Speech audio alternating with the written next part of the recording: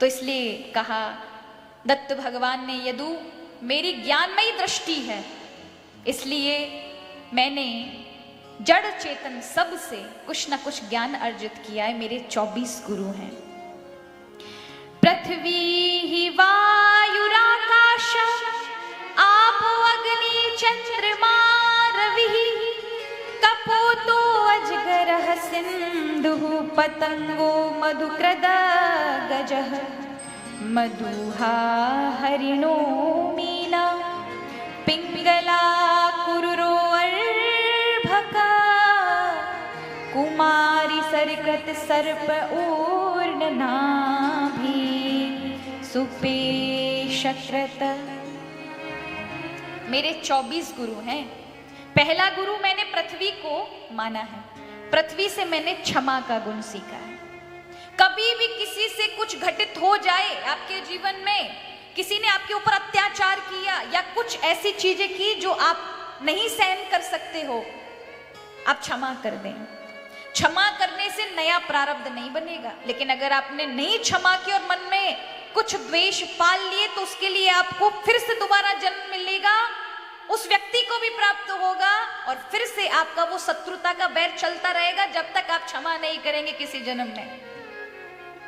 इसलिए हमारे जीवन में कभी घटना ऐसी घटित हो जाती है कि किसी ने हमारा बड़ा भारी अपमान कर दिया, किसी ने किसी को मार दिया, अगर हमने क्षमा नहीं किया तो अगले जन्म में फिर हमें भी उसी के साथ ही जन्म मिलेगा, फिर उसको हम मारेंगे, फिर वो हमें मारेगा अगले जन्म में। इस तरह से क्रम चलता रहता है। एक कथा आती है पुराणिक कि एक इंसान एक बकरे को लेकर गया मारने के लिए, तो उसने कसाई के पास उस बकरे को छोड़ दिया और कहा इस बकरे को मारो, तब तक मैं बाजार से घूम कर आता हूं। तो वो गया। अब बकरे के लिए वो कटार जो गले को काटने के लिए कटार कसाई पहना कर रहा था, उसी समय उसे हंसी की आवाज आती है। वो एकदम आश्चर्यचकित, कौन हंसा कौन हंसा, एकदम आदमियों की हंसी, यहाँ तो कोई है ही नहीं बकरे और मेरे अलावा। सोचा मेरा भ्रम है। दोबारा उसने कटार को घिसा पैनी करने के लिए, इतने में बहुत तेज मनुष्य के हंसने की आवाज आई। उसने पीछे देखा, कोई नहीं। अब तो डर गया, हाथ से छूट गई कटार। उसने ध्यान से देखा ये हंसी कहाँ से आ रही है, तो उसने देखा बकरा हंस रहा है, मनुष्य की हंसी। ये देखकर वो डर गया। उसने कहा तू कौन सी बलाए है, हंसता है मनुष्य की तरह, कौन है तू, कोई भूत है प्रेत है, कौन है तू? वो हंसता और कहता है मैं वही हूं, मुझे ये देखकर हंसी आ रही है कि जो आज मैं हूं वो कल तू था, और अगर आज मैंने तेरे लिए कुछ रखा तो कल मैं तेरी तरह बनूंगा, तू बकरा बन जाएगा। और ऐसा 6 जन्म से हो रहा है। जिस धनी ने मुझे बेच दिया था वो धनी सत्संगी था, और सत्संग सुनकर के मेरे मन में ये भाव आ गया कि इस बार तू मुझे काटेगा, मैं तुझे क्षमा कर दूंगा, क्योंकि पूर्व जन्म में मैंने क्षमा नहीं किया था। मेरे मन में दुख प्रकट हो गया था कि मैं बदला लूंगा तुझसे। तो फिर मैं कसाई बना, तू बकरा बना, तुझे काट दिया। इस बार तू कसाई बना, मैं बकरा बन गया। इस तरह से हमारा क्रम चक्र चलता ही आ रहा है। इस बार तू मुझे मारेगा, मैंने क्षमा किया क्योंकि मैं इस बंधन से छूटना चाहता हूं। तू क्षमा करे ना करे, पर मैंने तुझे क्षमा किया जिससे मेरा ये बंधन कटे, नहीं तो तेरे से प्रारब्ध से मेरा बंध चुका है। और आज उसी तरह से पृथ्वी के गुण से क्षमा सीखें, क्षमा कर दें। दूसरा गुरु मैंने वायु को बनाया, उससे असंगता सीखी। तीसरा आकाश, आकाश के समक्ष बादल घिर जाते काले काले, लेकिन बादल आकाश को अपने में मिला नहीं सकते। उसी तरह से देह अलग है, आत्मा अलग है। वही वाली बात कि आत्मा को ब्रह्म हो जाता है, लेकिन आत्मा आकाश की तरह विराट है। उसे ना तो बादल छुपा सकते हैं, ना योग माया ये बिजली, आकाश बिजली जला सकती है। ना जायते म्रियते वा कदाचिन नायम भूत्वा भविता ना भूया। उस आत्मा को ना कोई मार सकता है, ना वो पुरानी होती है, ना वो जन्म लेती है, ना वो नई है। तो यहां कहा कि भैया तीसरी जो गुरु बनाया वो था अग्नि। अग्नि से सीखा कि जिस प्रकार अग्नि बक्ष अवक्ष वस्तुओं को खा जाती है, उसी तरह अवधूत को भी, चाहे शूद्र के यहाँ से भोजन मिले, चाहे ब्राह्मण के यहाँ, चाहे सन्यासी के यहाँ, केवल अवधूत के लिए ये धर्म, सबके लिए नहीं। कहीं से कुछ मिले उसे पा लेना चाहिए। ये मैंने अग्नि से सीखा। चंद्रमा से मैंने शीतलता का, चंद्रमा से मैंने जिस तरह से चंद्रमा घटता बढ़ता है, कृष्ण पक्ष में घटता है, शुक्ल पक्ष में बढ़ता है, उसी तरह से ये घटता बढ़ता है। तो कलाएं हैं चंद्रमा की, चंद्रमा कभी घटता बढ़ता नहीं। उसी प्रकार संसार में जो दुख सुख मिलता है वो मन के धर्म है, मन के कारण मिलता है सुख दुख, है ना। आत्मा के कारण सुख दुख नहीं, आत्मा तो बस प्रकाशमान है, शरीर को, मन को, सबको जागृति दे रही है, लेकिन वो दुखी नहीं होते। दुखी कौन होता है? मन होता है।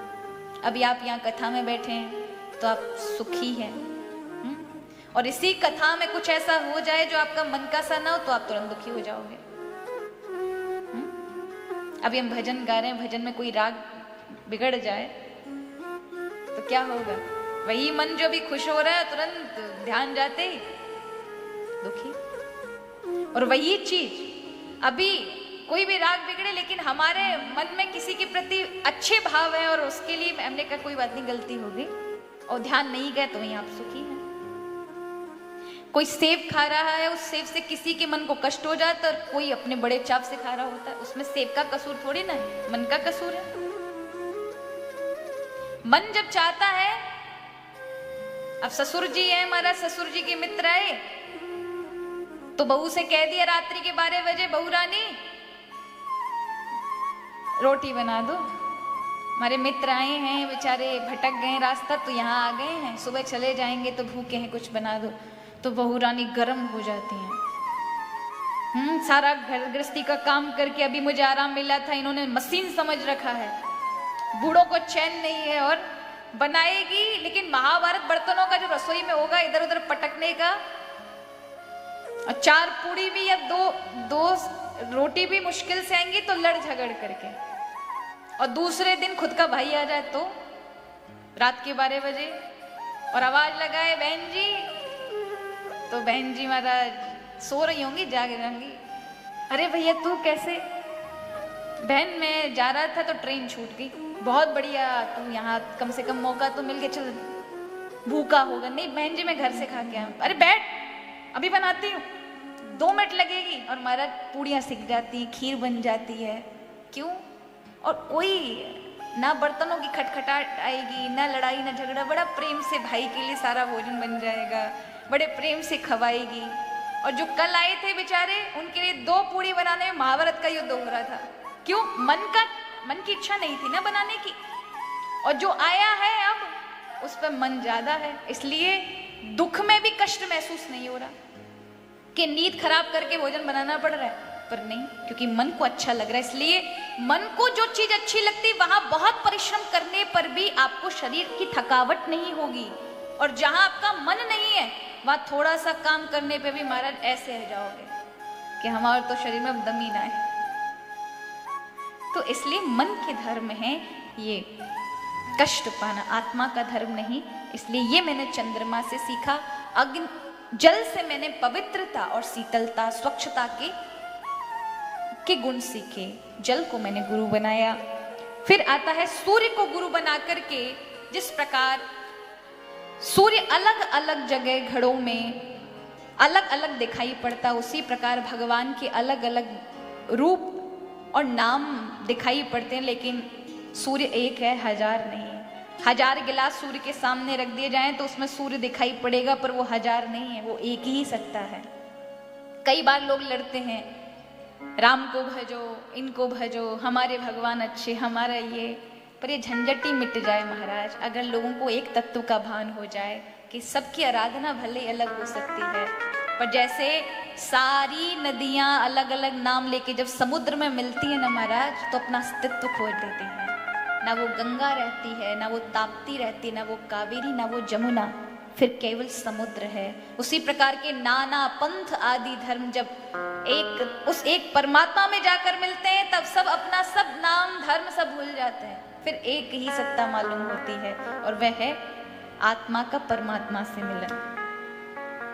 जिस प्रकार से पृथ्वी को आप बांध सकते हैं ना, पृथ्वी सगुण रूप है, इसलिए आप ये मेरी इतनी जमीन है, ये आपकी है, लेकिन वायु को कौन बांध सकता है? कोई बांध सकता है कि वही वायु आपके मुख में जा रही है, वही मेरे मुख में जा रही है? उसको आप नहीं बांध सकते कि नहीं इतनी वायु मेरे तक जाएगी, बाकी की नहीं जा सकती। कोई बांध नहीं सकता, उस सामर्थ्य नहीं। उसी प्रकार वो परमात्मा भी ऐसी विराट में फैला हुआ है, उसे हम नहीं बांट सकते।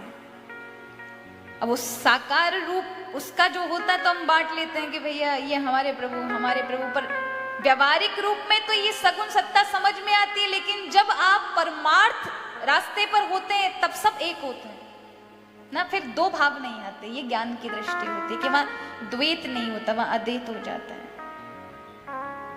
तो यहां पर सूर्य भगवान से ये सीखा, कबूतर से आसक्ति का, कि कबूतर आसक्ति के चक्कर में जाल में फंस जाता है, उसको गुरु बनाकर मैंने ये सीखा। अजगर से मैंने संतुष्टि का गुण सीखा कि अजगर कुछ नहीं करता, बस संतोष रख लेता है कि मुझे अवश्य मिलेगा, और उससे भोजन कहीं ना कहीं से प्राप्त हो जाता है। उसी प्रकार से अवधूत को भी इतने ज्यादा हाथ पैर नहीं पटकने चाहिए, संतुष्टि रखनी चाहिए। फिर दत्त भगवान कहते हैं कि मैंने सागर को गुरु बनाकर गंभीरता सीखी, गंभीरता का गुण लिया कि जीवन में शांत और गंभीर रहना परम आवश्यक है।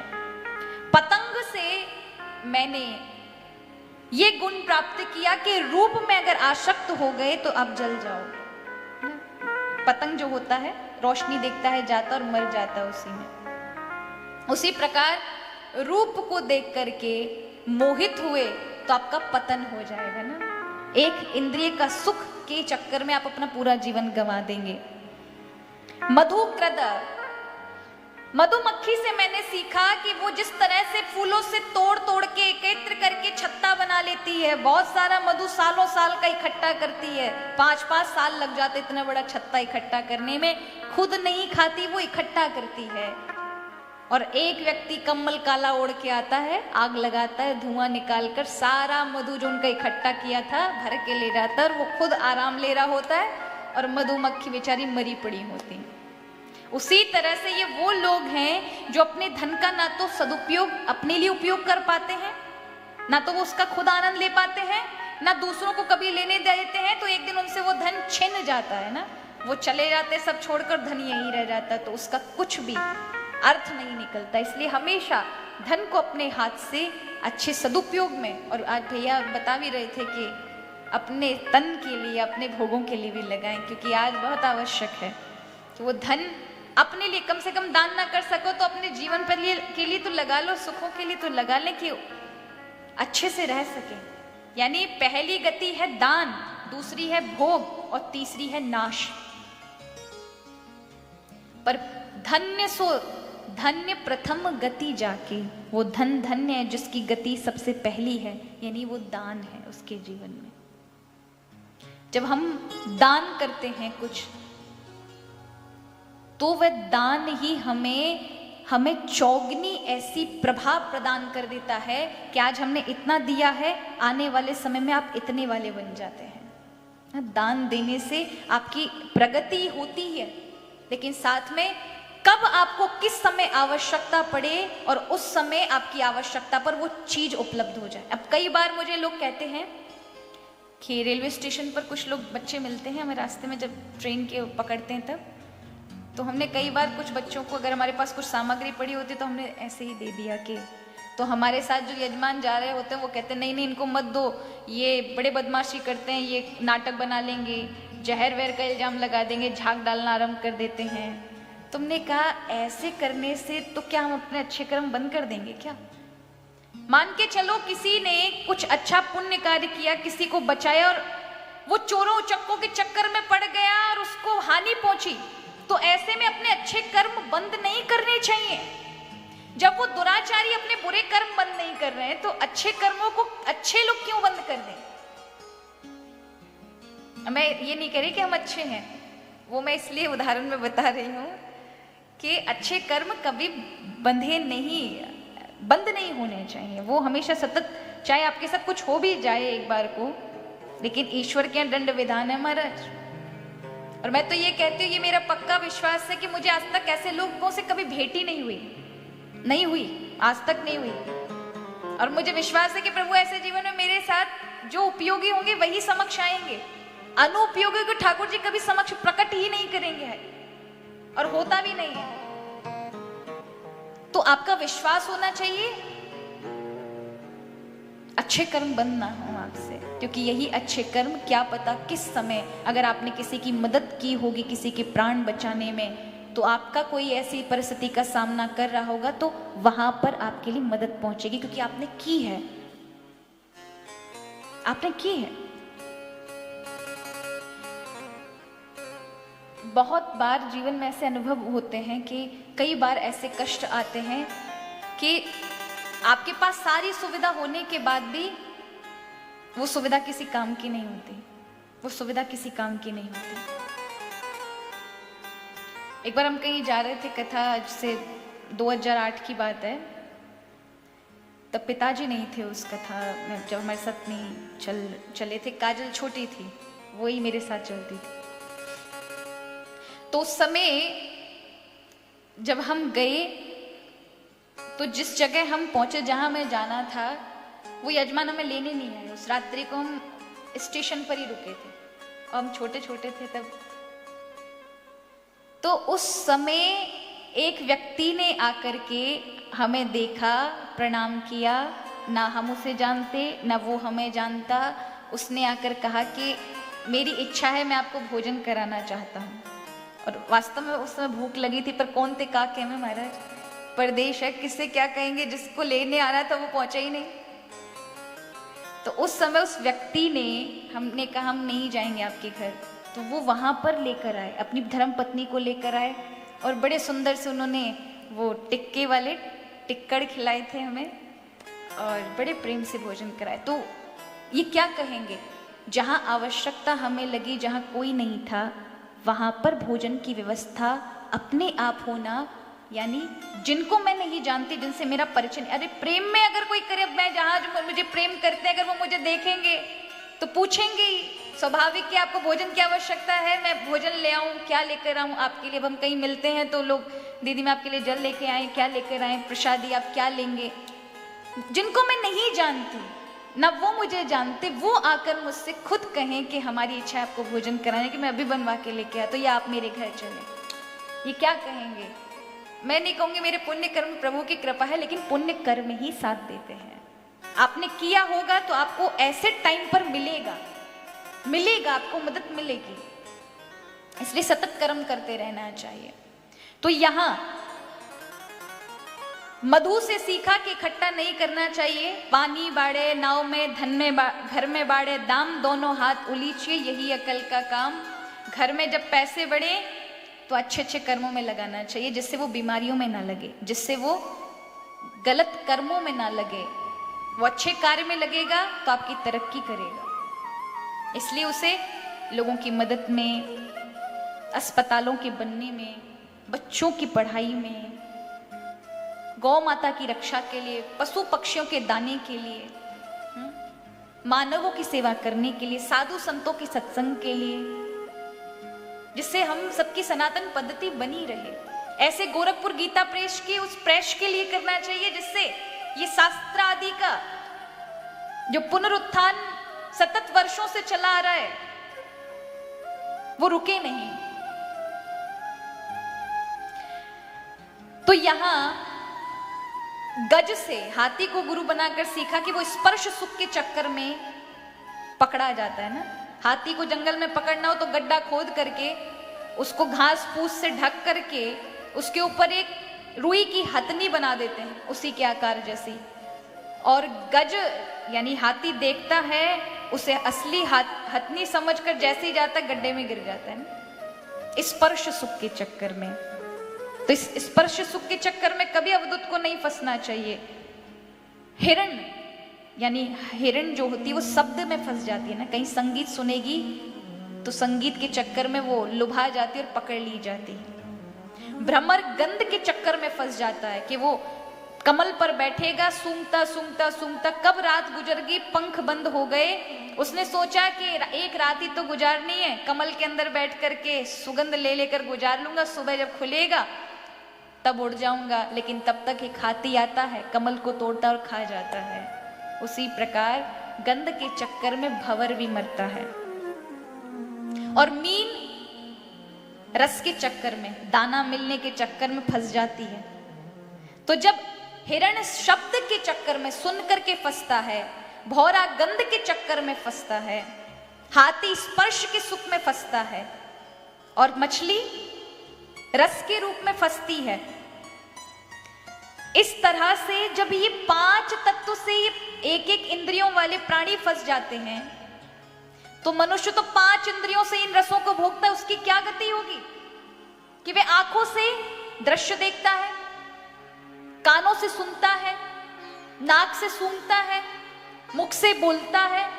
जब इन इंद्रियों को त्वचा से स्पर्श का सुख लेता है, 5 इंद्रियों का मालिक है, ज्ञान इंद्रियों का मालिक है, 5 ज्ञान इंद्रियों का।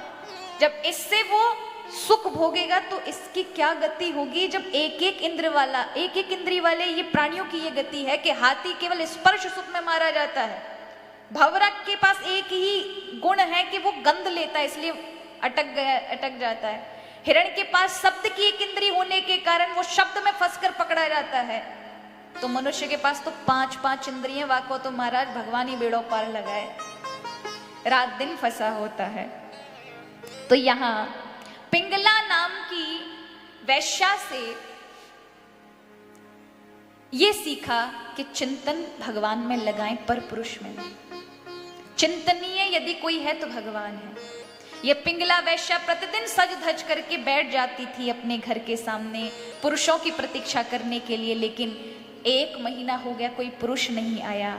तो फिर इसको वैराग्य हो गया कि मैंने इतना इन माटी के पुतलों के लिए प्रतीक्षा की, यदि इतना मैंने तन्मयता से भगवान के लिए सज सवर के और उनका चिंतन कर लिया होता तो आज मुझे ब्रजराज मिल गए होते, आज मुझे कृष्ण मिल गए होते, और वैराग्य से पूर्ण हो गई। तो भजनीय केवल गोविंद है, ये मैंने पिंगला नाम की वैश्या से सीखा। और मैंने भृगी नाम के कीट से सीखा कि जैसे भृगी कीट जो होता है वो मिट्टी का घरौंदा दीवार पर बना लेता है। आपने देखा होगा मिट्टी जैसा एक बना लेता है, जगह घोंसला जैसा बना लेता है मिट्टी का। उसमें किसी भी कीड़े को पकड़ कर लेकर आएगा, डाल देगा और उसमें डंक मार देगा। तो वो भृगी कीट के डंक का चिंतन करते करते वो कैसी भी जाति का कीट हो वो भृगी बन जाता है। यानी जब आप ब्रह्म का चिंतन करते हैं तो साधक ही ब्रह्म में बन जाता है, स्वयं ब्रह्म बन जाता है। मैंने कन्या से सीखा कि अवधूत को एकांत में रहना चाहिए। मैंने बच्चे से सीखा कि निष्प्रही होना चाहिए। मैंने सर्प को गुरु बना करके ये सीखा कि घर नहीं, मठाधीश नहीं बनाना चाहिए। जैसे सर्प एक बिल से दूसरे बिल में चला जाता है, एक जगह नहीं ठहरता, उसी प्रकार घर आदि के झंझट में अवधूत को नहीं फंसना चाहिए। मैंने चील को गुरु बनाकर ये सीखा कि जिस प्रकार एक मांस का टुकड़ा चील उठाकर लेके जा रही थी तो उसके पीछे बहुत सारे पंछी पड़ गए। जब उस चील ने उस मांस के टुकड़े को छोड़ दिया तो पक्षी की पूरी वो झुंड सब वहीं की वहीं रुक गए। उसी प्रकार अवधूत जब भगवान का भजन करता है तो रिद्धि सिद्धि बाधक बनती है, कीर्ति प्रतिष्ठा उसके पीछे पड़ती है, तो उसे कीर्ति प्रतिष्ठा को वहीं की वहीं छोड़ देना चाहिए, नहीं तो वो उसके भजन को बर्बाद कर देंगी। इस प्रकार से मैंने 24 गुरु बनाए हैं और 25वां गुरु मेरी देह है। देहो गुरुर्मम विरक्ति विवेक हेतु, ये मेरी 25वीं गुरु, ये मेरा शरीर है। इस शरीर से मुझे विवेक का ज्ञान होता है, वैराग्य का ज्ञान होता है। शरीर अध्यम खलु धर्म साधनम, शरीर ही माध्यम है संसार में धर्म साधना करने के लिए। शरीर ना हो तो कैसे कथा में बैठोगे, कैसे भजन करोगे, कैसे पूजा करोगे, कैसे तीर्थ यात्रा करोगे, कैसे दान करोगे, कैसे सुख भोगोगे? इस शरीर के माध्यम से ही सुख भोगना होता है। तो कहा इस शरीर से ही वैराग्य उत्पन्न हो जाता है कि शरीर में जब सुंदर त्वचा होती तो हम बड़ा सुंदर कहते हैं ना कि मेरी त्वचा बहुत प्यारी है, मेरी त्वचा मैं बहुत खूबसूरत हूँ। लेकिन एक समय आता है कि जब त्वचा जर्जर हो जाती है तो इसी से वैराग्य हो जाता है ना, तब वैराग्य हो जाता है। पड़े साल 2 साल व्यतीत हो गए हॉस्पिटल में, तो फिर खुद ही डॉक्टर से कहते हैं, डॉक्टर साहब इस जिल्लत भरी जिंदगी से वह हमें स्वतंत्रता दे दो, हमें मार दो। क्योंकि विश्वास हो जाता है कि हम शरीर नहीं हैं, हम आत्मा हैं। ये शरीर एक दिन छूटेगा और इससे छूट जाए तो हम मुक्त हो जाए, हमें दूसरा शरीर मिलेगा। ये वैराग्य उत्पन्न होगा। जिस शरीर को देख करके, मखमली को देखकर हम बड़े खुश होते हैं, वाह हमारी त्वचा बड़ी मखमली है, लेकिन वही आपको चर्म रोग हो जाए, कुष्ठ रोग हो जाए, कि आपकी चमड़ी ऐसे उखड़ रही हो, तो आपको फिर घृणा आएगी उससे ना। और जब हमारी स्किन से वो चमड़ी निकलती है, कभी कभी पैरों में से खाल लुपटने लगती है, तो हमें कितनी बुरी लगती है, हम उखाड़ के फेंक देते हैं ना। तो खुद से ही वैराग्य पैदा हो जाता है कि एक दिन सब नष्ट होगा, इसलिए इसमें क्या राग रखना, छोड़ दो। और जो नहीं